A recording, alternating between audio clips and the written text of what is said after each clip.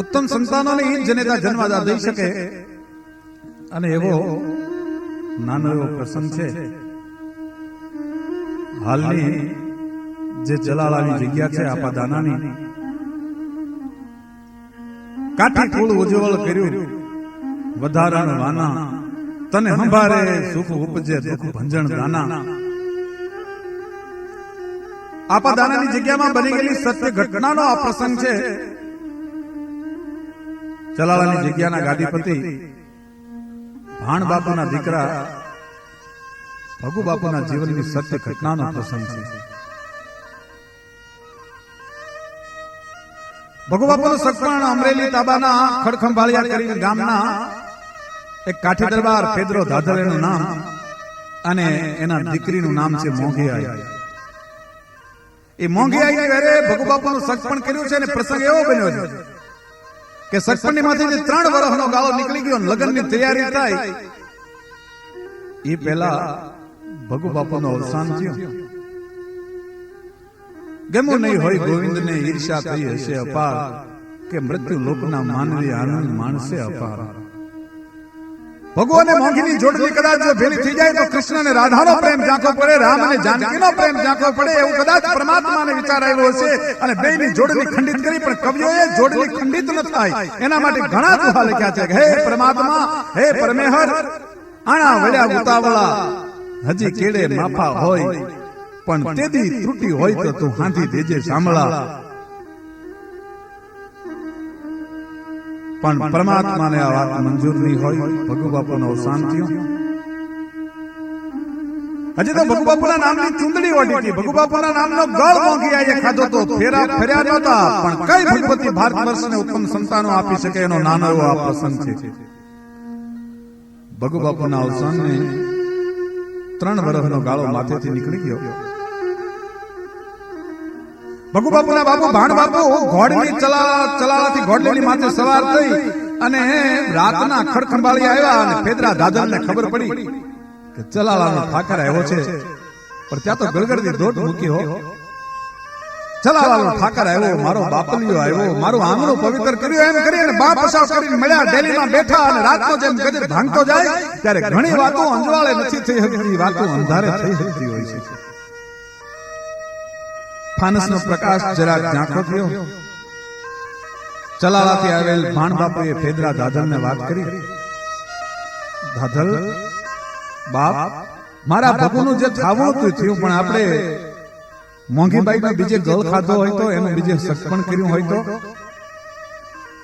પેદરા દાદરે ભાણ બાપુને એટલી વાત કરી હતી, બાપુ આ વાત ઓરડાની નથી, આ વાત ડેલીની નથી, આ વાત ઓરડાની છે. મારે જરા કાઠિયાણીને મળવું જોઈએ. એટલે પોતે કાઠિયાણીને મળવા માટે જ્યાં ગયા ત્યાં તો 6 વર્ષનો ગાળો એમ કહેવાય છે પોતાનો હડપણ કરે.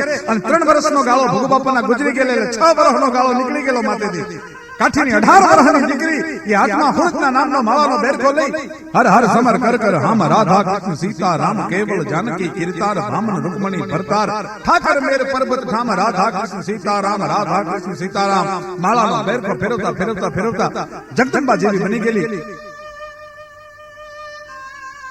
માળાનો બેરખો ફરે છે, પોતે ધ્યાનમાં ભજનમાં મસ્ત છે. સૌરાષ્ટ્રની છોટી મીરા હોય એવું રૂપ લાગે છે મોંઘીઆઈ. પોતાના તમામ વિકારો એમ કહેવાય છે કે પોતાની કાળા માથે જે મલી રોઢી ચુંદડીના છેડામાં એમ કહેવાય છે ખંખોરીને બાંધી દીધા હોય. અને પરમ તત્વને ભેટવા માટે થઈ ચર્મ ચક્ષુ બંધ થઈ જાય, અંતરના કબાટ ખુલી જાય, ત્રિલોકના નાથની હારે વાતો કરવા માંડે. એવી આજે કહેવાય છે મોંઘીબાઈનું સત થઈ ગયું છે. અને આયા પેદરો દાદર પોતાના પત્નીને એક બાજુ ઓરડામાં બોલાવીને એમ કહે છે, સાંભળ્યું શું? ચલાલાથી ભાણ બાપુ પધાર્યા છે, મોંઘીઆઈનો બીજે ગળ ખાવાની વાત કરે છે, એના બીજે હડપણ કરવાની વાત કરે છે.